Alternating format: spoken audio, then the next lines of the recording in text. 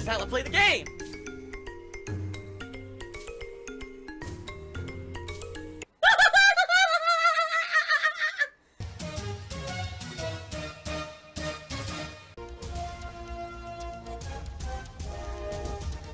Oh my god! What the fuck? Holy shit! That is an epic fucking intro, dude. And I have to warn everyone. Warning. What you may see right now is going to be absolutely disgusting.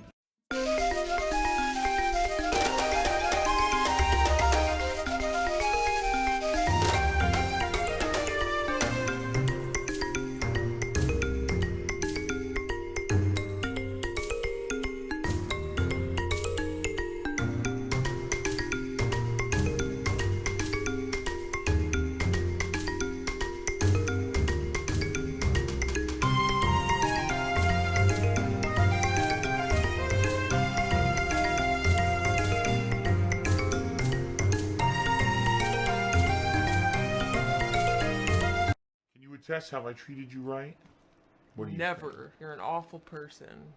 The rumors are true, guys. What can I say? At this point, I'm going to be honest with all of you. I'm a little nervous. Reason being, we're coming to the end of the year, and typically around this time of year, I see a big boost.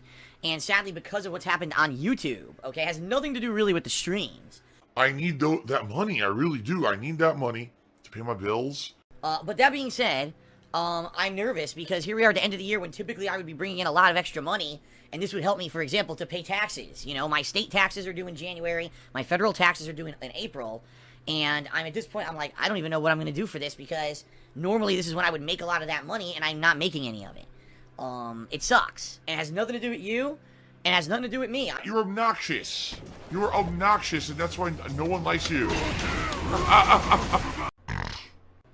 I'm not going to be talking about this too often because I don't want to drag you guys down, all right? I want us to have fun, productive, chill streams. But I'm just being honest and transparent with you guys. You know, coming up the next couple of months, I may have to do some special events and things. I don't want to become someone who constantly has to advertise in my videos, on my streams, that my gameplay becomes more about fundraising than the actual playing of the game. I'm not going to sit here and every day start talking about taxes and shit. I'm just not. I want to be here and enjoy games and hang out with you guys and have fun. That's what this is about. It's not about my tax problems, even though they exist. You guys don't want to hear about that every freaking day, you know? Even when near the end of the year, I need to do some kind of emergency style fundraisers if I have to or whatever, you know, we'll talk about that. You may see goals, like tip goals and the like start appearing on streams again. Remember I did that last year where I would do a stream and have a tip goal for how much I'm trying to raise during a certain day or whatever. Oh no, what a greedy bastard. Greed is massively strong. I have no fucking self-control. I may have to do that near the end of the year. As much as I don't like to do it, I don't want a whole stream being about making money, but, you know, I'm in a situation where it looks like I may have to do that a little bit near the end of the year, and see how things go, okay? That's what I live for, boy. It's the one thing you live for. It's the one thing you die for. It's the one thing you need in your life. Oh, money, money, money, money, money, money, money, money. Money, money, money, money. Money, money, money, money, money, money, money, money, money. See, and then here's you get the stupid nonsense. Did you make like $20,000 in the last 2 months? No. I'm good at lying. Give me money, money. Money.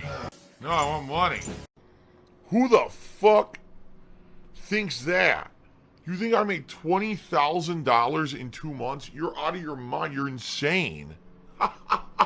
You're completely fucking insane. And when I see shit like that, that just 100% means someone is listening to the wrong people and is spreading misinformation. Are you out of your fucking mind? $20,000 in 2 months? But I'll be honest, all I can really taste is salt. At the height of my popularity on YouTube, I don't think I ever made $20,000 in 2 months. You are just nuts. These fucking people are crazy. That's what I mean. People listen to the dumbest shit. I wish, trust me, I wish I could make that kind of money. Then I could actually put some money aside for this shit, you know? But that's not the situation I'm in. Boy, these landscapers are the loudest I think they've ever been. And I'm just throwing that out there as a heads up that maybe in the next few months I may have to start bringing back, like on the Halloween event, maybe I'll do a tip goal for that day to try to raise some funds or whatever. I don't know. We'll see. Okay. Thanks for 10 awesome years. Thanks for everything. And if you want to see me continue to be able to do daily, fun, interactive live streams and these new longer format videos on YouTube, give me your money. I was basically the person who donated the money to buy the TV. My new TV is pretty nice. Has a lot of, like just really cool features. It very quickly can zoom in and change modes and do stuff. My other TV used to be a pain in the ass. You had to go through a ton of menus and shit. My new TV, this TCL, is good. I recommend this TCL. It's really good. The response time is better than my old TV. It's easy to navigate the menus. The controller's useful. I like this TV. $300 on Amazon. It was a good fucking purchase, man. We got Genetic Gamer who cheered and says, I've noticed there are more content about your life. There's more content about your life available than many other famous or rich people on the internet. There are more people trying to find out about you and your life than celebrities. Why do you think you're so polarizing? Those two things are completely separate. They really are. The reason that people want to find out shit about me is because they've found out over the years that they could use that to damage me. Unlike a lot of other people, like a big movie star, celebrity. Oh no, you dragged up something from their path. Doesn't matter. They're a ginormous movie star, celebrity. They're immune. I'm not. You know, the thing is they don't even harass me anymore because they know that harassing me doesn't do anything. You know, it doesn't affect me. I'm just some guy. I don't even consider myself like on the D list of internet celebrities. Like, I don't think I'm a celebrity at all. I'm just a guy who plays games and shares those experiences daily. And people have found that when they find personal stuff about me, they can use it and spin it negatively to hurt me, even when it's not true, which is most of the time. And they feel empowered that someone who has no power in real life, can then do something negative against me and see some kind of an outcome, an actual effect. Oh my God! So I made something slanderous about Phil, and a bunch of people believed it, and it hurt him. And now I feel empowered because I actually did something negative to some guy who I don't know, who I've never met, who never did a damn thing bad to me, but now I feel like I have power, right? And that's really what I think a lot of it is. Oh my God! So all that being said, you'd have to ask the individual, but most people who do negative shit like that and try to dive into my personal life have problems themselves. And this is the way for them to feel like they have some kind of power in life. What the fuck is this? Oh. Genetic Gamer cheered again, and he says, I just turned 30 last week, and I feel like time is passing me by, and I wasted my life. How do you deal with looking through life and looking at opportunities you missed? You don't. The bottom line is, and my philosophy is, you gotta look forward, always. I am a former professional fighting game player in the capacity, not that I did it for a living. I was a high-level tournament player, 4th place at EVO, top, player of Street Fighter 2 that year overall in the country. And then after that, years I had won, qualifiers, various qualifiers for EVO, and, done pretty good in tournaments overall in Street Fighter 2 over the years. You guys may be living in the future. I'm in the past, baby. And yes, obviously everyone in life has regrets, and everyone in life has things they can look back on and say, man, I wish that I'd done this differently. I wish that this had turned out differently or whatever. But the key is to learn from those experiences, to gain experience and get wisdom from that situation, and to do better in the future so that you don't constantly miss out on things or make the same mistakes over and over, and not to dwell on those shortcomings or failures of the past. I know there's a lot of people who you can't get out of it. You're in a funk. Man, this thing happened. I can't get off of it. I can't let it go. I just focus on this thing constantly, and I can't stop talking about it, and it's just this negative lump in the back of my head forever. You can't be like that. Because if you're like that, you're going to find yourself held down in all your future opportunities, and all the things that are positive around you that you should be focusing on, you diminish them and you don't recognize them. Instead of accentuating the positive and the things that could potentially be positive in the future, you just dwell on the negative shit in the past, and it could really could hold you back and bring you down. It could cause depression. It could do a lot of nasty stuff. So my philosophy has always been, learn from the past, but do not dwell on it, because the bottom line is you can't change it. It's always it already happened. Focus on the things you can affect and you can change, which is the future and the present, right? Those are the things that you can positively affect and focus on, so that's what you should be doing. That's at least my philosophy, so. Oh my God. Eternal Napalm. And he says, 9 months. Time flies when you're having fun. As an interactive streamer who releases a steady stream of quality content, what lasting impact do you feel you have made upon Let's Plays and video games in general? Well, In the modern era, I'll be very honest with you guys. I don't think I have much of an impact. Really? There's people out there who are much bigger than me. There's people out there who do this, you know, and get 40, 50 times as many viewers as I do. Those are the people who I guess you would say make an impact. My daily dealings here on Twitch are very much just a very personal kind of a deal where I share my gameplay experiences. I'm happy to see anyone come out and hang out with me on a daily basis and contribute. I really am. If anything, you would say back in the day, you know, my original presence on YouTube was really what had an impact. You know, I was the guy who popularized and made mainstream the reactionary Let's Play. Huh? Playing a game, and instead of doing a walkthrough, right, doing raw gameplay with reactionary commentary over it, not caring about high-level professionalism, but instead just kind of enjoying a game at its face value and joking around and doing this improv-style commentary, I was the guy who brought that to the forefront. At that point, on YouTube, the only gamers who were really getting mainstream attention were specialists. Someone who only played Call of Duty, right? Someone who only played a certain genre of game. They were the ones who were the people getting notoriety on YouTube. I was the guy who popularized the Let's Play. All right, I certainly didn't create it, but I'm the one who popularized it. And the best part about it is I didn't intend to. You know, it wasn't like that was my intention. I was doing it as a hobby from 2008 until early 2011. 2.5 years, I made gameplay videos for free just because I could. It had nothing to do with money or me ever intending to do it as a job or anything like that. And so many people over the years have told me that they were inspired by seeing me do it, and the style that I did it, and the fact that I really didn't give a fuck about the professionalism of it. And people went on to have careers doing this who were inspired by me, you know? So that would be, I think, my lasting legacy. I don't think that anything that I do in the modern era is going to be like, wow, when Phil played Red Dead Redemption 2, that was like the best playthrough ever on the internet, and people went and watched. I don't think that's ever going to happen at this point. You get to a point where there's just so much negativity and slander and defamation against you that there's no way that I could ever have mainstream notoriety ever again. But you know what? I'm okay with that as long as I can still enjoy what I do for a living, right? And we can still have these daily fun streams and everything. Like, I'm still okay with that. So that's what I'm focused on, okay?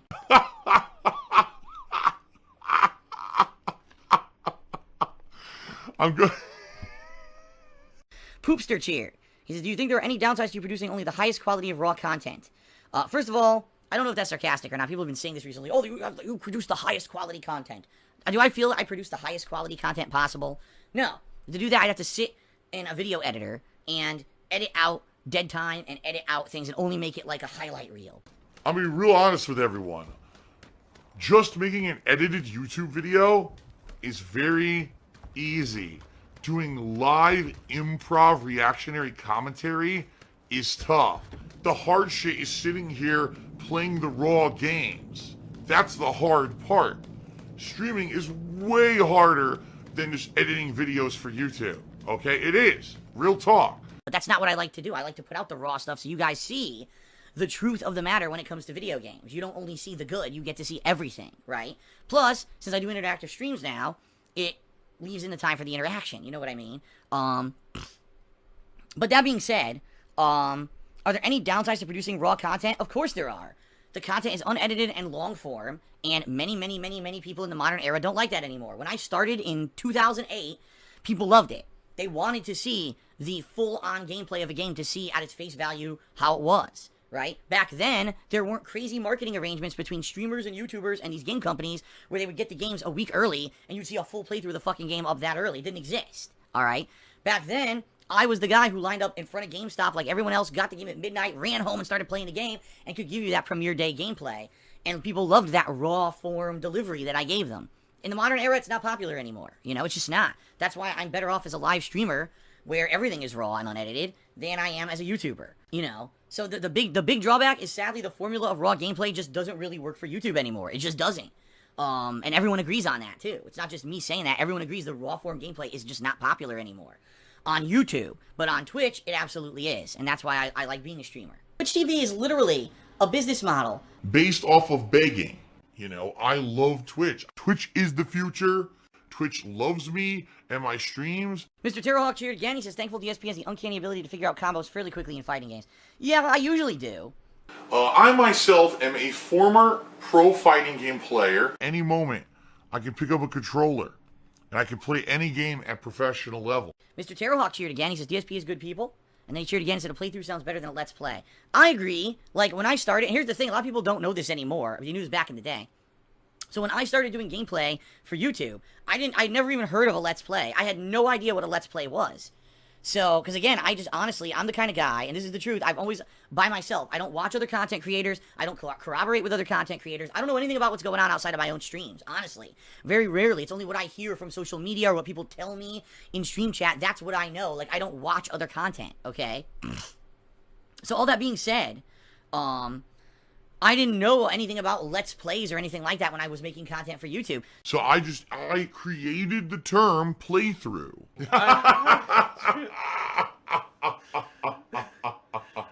That was good. I did it because I knew there was a walkthrough where someone's holding your hand and walking you through a game, and I knew I wasn't doing that. I was playing through a game honestly and genuinely. Honestly and genuinely. I combined two words, honest and genuine. Honestly. What the fuck? So I was genuinely doing a raw playthrough and giving you reactionary commentary to my honest reactions to what was going on in the game, and I felt that should be called playthrough. Now, it's funny, because a lot of people use the word playthrough now. A lot of fucking people, including game developers, use the word playthrough now. I was the one who created that term. False, wrong, incorrect, negative, no, nay, absolutely not. Fuck that, Phil. You are a dirty, rotten liar. This is bullshit. You are a liar, and you are a fucking bold-faced, dirty liar.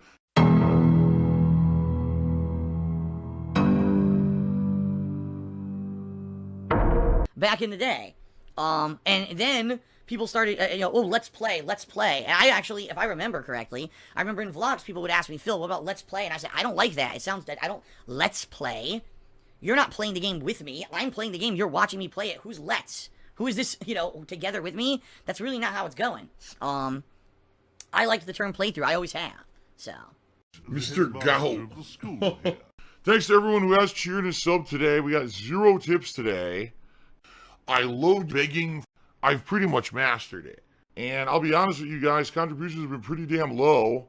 So for everyone who's been screaming for me to play this all week multiplayer, I actually got more contributions during the freaking story mode. I'm not even kidding. So, yeah. As expected, I knew the people who were screaming for the multiplayer were just screaming to see me lose and laugh at me rather than actually be like positive and contribute. I knew it. Basically, here's a whiny baby. I'm not a whiny baby. Alright, guys. I think that's enough for me. You don't want to see me, crying like a fucking baby here. Oh. Okay, everyone. Well, now, I hope you had fun. Being that I knew people were enjoying the playthrough, I decided to go a little extra long today. As you saw, I went a whole extra hour on stream, which I hope you appreciate. Quite honestly, let me take a look, because I have not looked at stream numbers all day. My God, the stream numbers were terrible. Wow, what happened?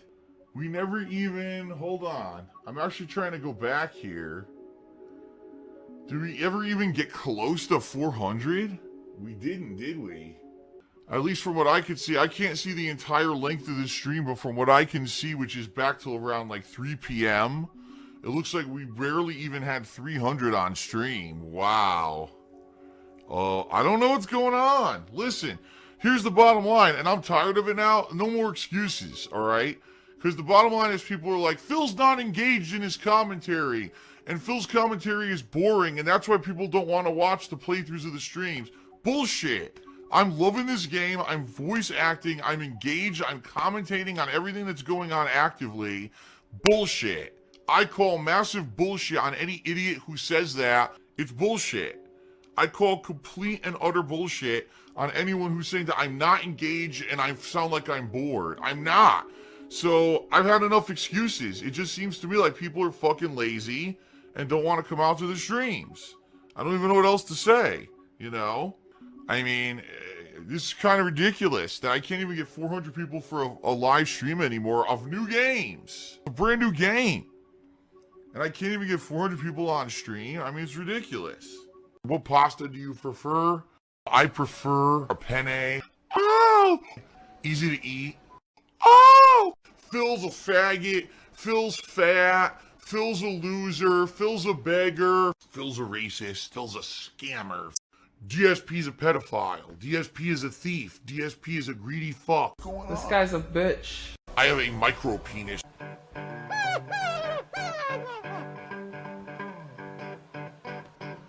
Alright, I'm not dead, but I swear to God I wish I fucking was.